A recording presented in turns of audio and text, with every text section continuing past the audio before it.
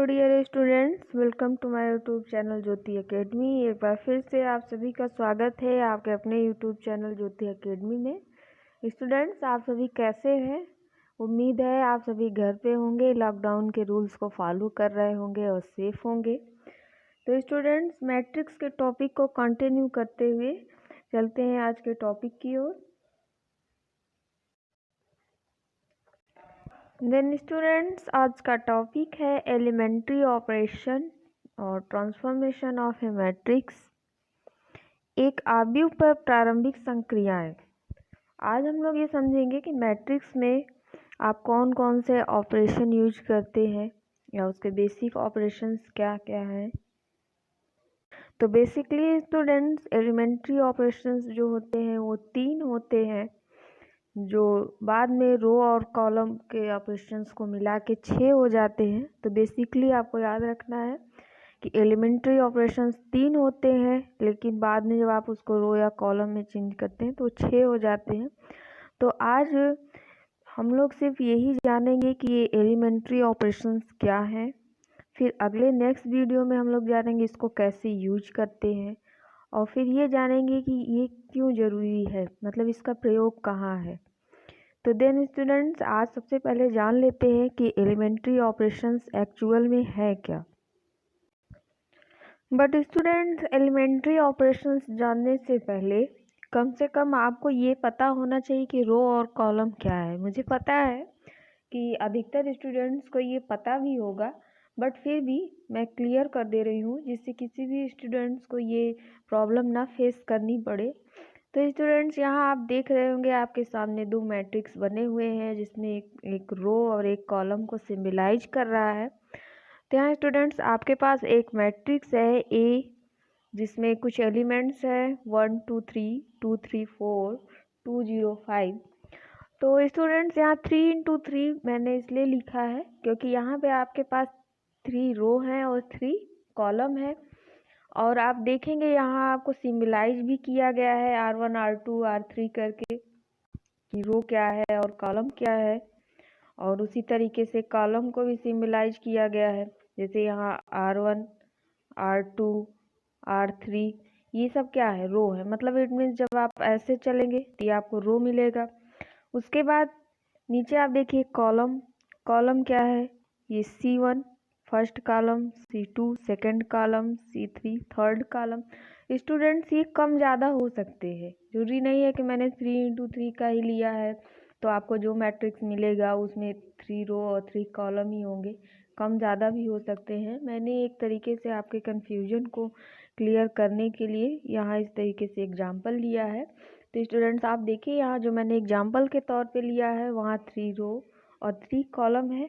Column के लिए आप ऐसे चलते हैं और रो के लिए आप ऐसे चलते हैं। तो मुझे उम्मीद है कि आपको ये क्लियर हो गया होगा। अब चलते हैं आगे, अपने एलिमेंट्री ऑपरेशंस को देख लेते हैं क्या है।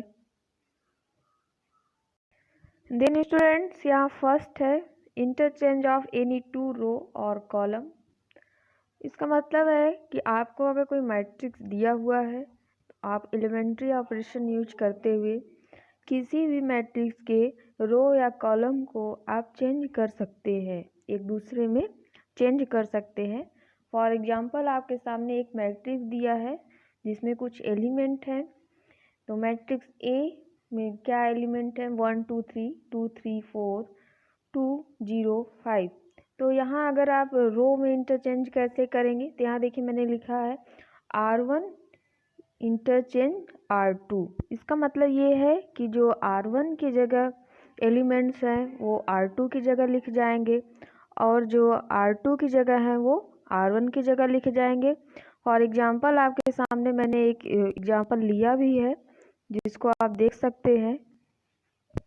यहाँ देखिए ये R1 है और ये क्या है, R2 है। तो आप स्टूडेंट्स ये देखेंगे जो ये R2 के एलिमेंट्स है, जो मैंने यहाँ लिखा R1 इंटरचेंज टू R2, तो यहाँ जो R2 के एलिमेंट्स हैं वो R1 की जगह ये देखिए, और जो R1 के एलिमेंट्स हैं वो R2 की जगह। तो ये आपका फर्स्ट ऑपरेशन है, इसको ट्रांसफॉर्मेशन भी बोलते हैं, एलिमेंट्री ट्रांसफॉर्मेशन। उसके बाद अगर आप इसको कॉलम में यूज करेंगे तो कैसे होगा, सिंपल है।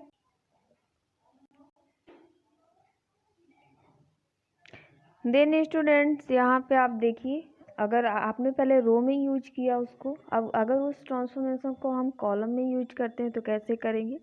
यहाँ C1 इंटरचेंज टू C2, इसका मतलब ये है कि जो C1 के एलिमेंट्स हैं वो C2 की जगह, और जो C2 के एलिमेंट्स हैं वो C1 की जगह लिखे जाएंगे। फॉर एग्जांपल आप देखिए, यहाँ आपके पास ये C1 और ये C2 है, तो आप देखिए जो C2 के एलिमेंट्स हैं वो C1 की जगह लिखें। तो यहाँ C2 के एलिमेंट्स क्या हैं, C2 के एलिमेंट्स थे 2 3 0, जिसको यहाँ C1 की जगह मैंने लिखा, और फिर उसी तरीके से जो C1 के एलिमेंट्स थे उसको मैंने C2 की जगह लिखा। तो ये आपका फर्स्ट ऑपरेशन है कि आप किसी भी एलिमेंट्स को उसको इंटरचेंज कर सकते हैं। अब इंटरचेंज आप चाहें तो रो में कर सकते हैं, चाहें तो उसको कॉलम में कर सकते हैं। हाँ, यहाँ कुछ बच्चों का ये कन्फ्यूजन होता है कि क्या ये जो एलिमेंट्स मैंने मैट्रिक्स लिया है ये इक्विवेलेंट है। तो स्टूडेंट्स अब ये इक्विवेलेंट नहीं रह गए हैं। जैसे कि यहाँ ये जो आपके पास मैट्रिक्स ए है, क्या ये मैट्रिक्स अब इस मैट्रिक्स से इक्वल है, तो नहीं, ये मैट्रिक्स अब इक्वल नहीं है। अब इक्विवेलेंट की कंडीशन क्या है कि जो भी मैट्रिक्स आपको दिए गए हैं, अगर आप उन दोनों मैट्रिक्स को कंपेयर कर रहे हैं तो जो मैट्रिक्स फर्स्ट एलिमेंट की कंडीशन है वही दूसरे वाले मैट्रिक्स में भी फर्स्ट एलिमेंट की कंडीशन होनी चाहिए। इट मीन्स अगर आपके पास दो मैट्रिक्स है तो यहाँ देखिए, जैसे कि यहाँ फर्स्ट कॉलम में 1 लिखा है, तो यहाँ भी आपके सेकंड वाले मैट्रिक्स में भी फर्स्ट कॉलम में 1 होना चाहिए।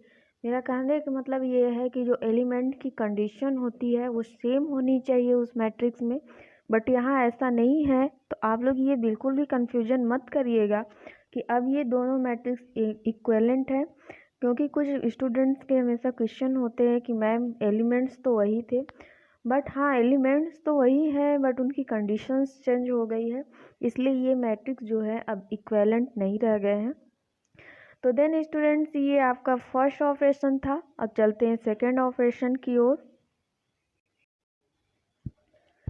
सेकेंड ऑपरेशन आपका जो है वो क्या है, multiplication of the element of any रो और column by a non zero number. It means students, अगर आप कोई ट्रांसफॉर्मेशन कर रहे हैं तो आपके पास आप जो है उसमें किसी भी नॉन जीरो नंबर से मल्टीप्लाई कर सकते हैं, बट हाँ या तो वो पूरे रो में वो मल्टीप्लाई होगा या तो वो पूरे कॉलम में मल्टीप्लाई होगा। यहाँ पूरे से मतलब ये है कि जैसे आप यहाँ R1 के सारे एलिमेंट से मल्टीप्लाई कर रहे हैं तो वहाँ जितने भी एलिमेंट्स R1 में होंगे उसमें आपको करना है। इसका मतलब ये नहीं कि आप पूरे मैट्रिक्स में उसको कर रहे हैं। इसका मतलब यहाँ ये है कि जैसे मैंने यहाँ लिखा R2 चेंज टू 2R2, इसका मतलब ये है कि मैंने R2 के एलिमेंट्स में 2 से मल्टीप्लाई कर दिया है। तो ये है कि यहाँ जो R2 के जितने भी एलिमेंट्स हैं वहाँ आप 2 से मल्टीप्लाई कर रहे हैं।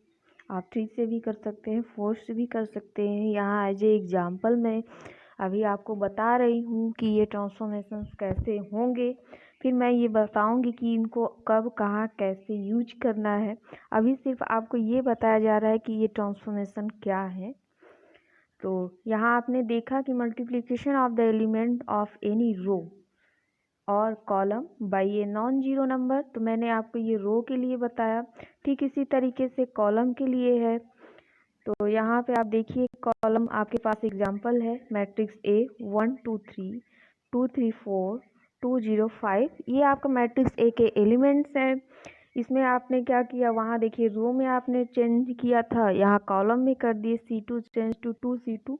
इसका मतलब ये है कि C2 के जितने भी एलिमेंट्स हैं उसमें मैंने 2 से मल्टीप्लाई कर दिया है। तो आप देखिए यहाँ फर्स्ट वाले मैट्रिक्स में आपके पास क्या था, फर्स्ट वाले मैट्रिक्स में आपके पास था 2 3 0, बट जब मैंने मल्टीप्लाई कर दिया तो यहाँ आपको मिला 2 2 जा 4 3 2 जा 6, और जब 0 से मल्टीप्लाई होगा तो वो 0 ही हो जाएगा। तो देखिए आपको ये न्यू C2 मिला हुआ है, तो एक नया मैट्रिक्स मिला है। उसके बाद आपको ये समझ में आ गया होगा कि आप किसी भी मैट्रिक्स में उसके रो या कॉलम में नॉन जीरो नंबर से मल्टीप्लाई कर सकते हैं। अब चलते हैं नेक्स्ट ऑपरेशन की ओर। देन स्टूडेंट्स, यहाँ अभी तक मैंने आपको कुल 4 ट्रांसफॉर्मेशंस बताए रो और कॉलम को लेते हुए। अब ये लास्ट है थर्ड बेसिक ऑपरेशन, जिसमें रो और कॉलम के 2 ऑपरेशंस मिला के ये 6 हो जाएंगे। तो कुल मिला के आपके पास 6 ऑपरेशंस हैं, जिसमें से ये लास्ट है addition two elements of any रो और column the corresponding elements of any other row or columns multiplication by any non-zero numbers। Students एक बार फिर से इसको आप अच्छे से समझ लीजिए। Addition to element of any रो और column the corresponding elements of any other row or column multiplication by any non-zero numbers। इसका मतलब क्या है मैं आपको समझा दे रही हूँ। आप चाहें तो जो आपके पास मैट्रिक्स दिया हुआ है उसमें आप किसी मैट्रिक्स के साथ ऐड कर सकते हैं, साथ ही साथ उसमें आप किसी नॉन जीरो नंबर से मल्टीप्लाई भी कर सकते हैं।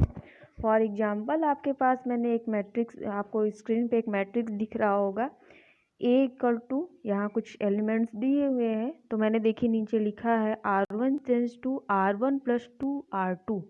इसका मतलब स्टूडेंट्स ये है कि जो R1 के एलिमेंट्स है वो चेंज हो रहे हैं। कैसे? पहले आप R1 प्लस जो R2 के एलिमेंट्स है उसमें मैंने 2 से मल्टीप्लाई करके तब उसमें ऐड किया है। तो यहाँ आप देखिए, आपको मैं समझाने की कोशिश कर रही हूँ। तो स्टूडेंट्स देखिए, यहाँ आपके पास R1 का फर्स्ट एलिमेंट है 1। R1 में एक एलिमेंट है, क्या है? 1 है। तो मैंने यहाँ पहले 1, इसका मतलब मैं बता रही हूँ, यहाँ मैंने 1 लिया प्लस उसके बाद 2R2 मतलब R2 में फर्स्ट एलिमेंट क्या है? 2 है, तो 2 से मल्टीप्लाई भी मुझे करना है, तो फिर क्या हो जाएगा? 1 + 4 = 5। तो देखिए यहाँ आपका फर्स्ट एलिमेंट क्या हो गया? 5। उसी तरीके से आप 3 लेंगे, सेकेंड एलिमेंट आप इसी तरीके से लेंगे सेकेंड एलिमेंट। तो यहाँ सेकेंड एलिमेंट 2 है, बट R2 का सेकेंड एलिमेंट क्या है? 3। तो 3 × 2 कितना हो गया? 6 हो गया, प्लस 2 तो कितना हो गया? 8। उसी तरीके से इसके लिए भी है 4 × 2 तो कितना हो गया? 8 + 3 11। तो देखिए इस तरीके से आप ये एक एग्जाम्पल है, इस तरीके से आप और भी यूज कर सकते हैं। तो कॉलम देन स्टूडेंट्स उसी तरीके से यहाँ कॉलम के लिए भी ऑपरेशन मैंने यूज किया है C1 tends to C1 + 2 C2। इसका मतलब ये है कि जो अब C1 चेंज हो रहा है, तो कैसे चेंज हो रहा है? C1 के साथ में जो C2 के एलिमेंट्स है उसमें 2 से मल्टीप्लाई करके जो आएगा उसको C1 में ऐड करके फिर एक नया जो है मैट्रिक्स में फाइंड करूँगी। तो देखिए फर्स्ट मैट्रिक्स आपका ये था, बट जब मैंने ये ऑपरेट किया सेकंड मैट्रिक्स आपको ये मिला। मैं बार बार आपको एक चीज़ बोलना चाहूँगी, आप लोग ये कन्फ्यूजन बिल्कुल भी मत करिएगा कि अब ये दोनों मैट्रिक्स इक्वल है। ये दोनों मैट्रिक्स इक्विवेलेंट नहीं है। इक्विवेलेंट क्यों नहीं है? इक्विवेलेंट की कंडीशन ये है कि जो भी मैट्रिक्स के एलिमेंट होंगे उनकी कंडीशन जो होगी वो सेम होनी चाहिए जिसके साथ आप कंपेयर कर रहे हैं। बट यहाँ पे स्टूडेंट्स देखिए, जो भी एलिमेंट्स हैं, एलिमेंट्स तो वही हैं बट उनकी कंडीशंस क्या है? चेंज है। तो ये इक्विवेलेंट नहीं है। और अगर आपको ये नहीं समझ में आ रहा है कि इक्विवेलेंट मैट्रिक्स क्या है, तो इससे रिलेटेड मैंने पहले भी वीडियो दे दिया है जिसमें मैंने बताया है कि इक्विवेलेंट क्या होता है, इन्वर्स क्या होता है, ये सारी चीज़ें उसमें हैं। तो आप मेरा प्रीवियस वीडियो जाके प्लेलिस्ट से देख सकते हैं। तो स्टूडेंट्स ये था आज का वीडियो जिसमें मैंने आपको बताया कि एलिमेंट्री ऑपरेशन क्या होते हैं। अब मैं आपको बताना चाहूँगी कि इसका यूज कहाँ होगा। इसका यूज आप जो है इन्वर्स फाइंड करने में करेंगे। बट हाँ स्टूडेंट्स, यहाँ एक बात और भी ध्यान में रखनी है कि कुछ स्टूडेंट्स क्या करते हैं कि कुछ दूर रो ऑपरेशन यूज करते हैं, फिर कुछ दूर जो है उसमें कॉलम ऑपरेशन यूज कर देते हैं। बट स्टूडेंट्स ऐसा आपको नहीं करना है। अगर आप शुरू में रो ऑपरेशन यूज कर रहे हैं तो लास्ट तक आपको रो ऑपरेशन ही यूज करना है, जब तक कि आपका क्वेश्चन सॉल्व ना हो जाए। तो अगर आप इसमें अलग अलग तरीके के ऑपरेशंस यूज करना स्टार्ट कर देंगे तो आपका क्वेश्चन गलत हो जाएगा। तो आपको यहाँ ध्यान में रखना है कि जब तक अगर आपका इन्वर्स फाइंड नहीं हो जाता है, अगर आप शुरुआत में रो ऑपरेशन या कॉलम ऑपरेशन यूज किया है तो उसी को आपको लास्ट तक लेके चलना है। देन स्टूडेंट्स, ये आज का टॉपिक था एलिमेंट्री ऑपरेशंस, जिसमें मैंने इसके बेसिक जितने भी ऑपरेशंस हैं उन पे डिस्कस किया। मैंने आपको बताया कि यहाँ 3 ऑपरेशंस होते हैं बेसिकली, जो लास्ट में रो और कॉलम के 3 ऑपरेशन मिला के 6 हो जाते हैं। मुझे उम्मीद है कि आपको ये टॉपिक आज समझ में आया होगा। इससे रिलेटेड कुछ क्वेश्चन सॉल्व करेंगे नेक्स्ट वीडियो में। आपको मेरा ये वीडियो कैसा लगा कमेंट करके ज़रूर बताइए। साथ ही साथ अगर आप मेरे चैनल पे नए हैं तो प्लीज़ मेरे चैनल को सब्सक्राइब करिए, बेल आइकन को प्रेस करिए, मेरे वीडियोज़ को ज़्यादा से ज़्यादा लोगों के साथ शेयर करिए। Thank you, bye bye.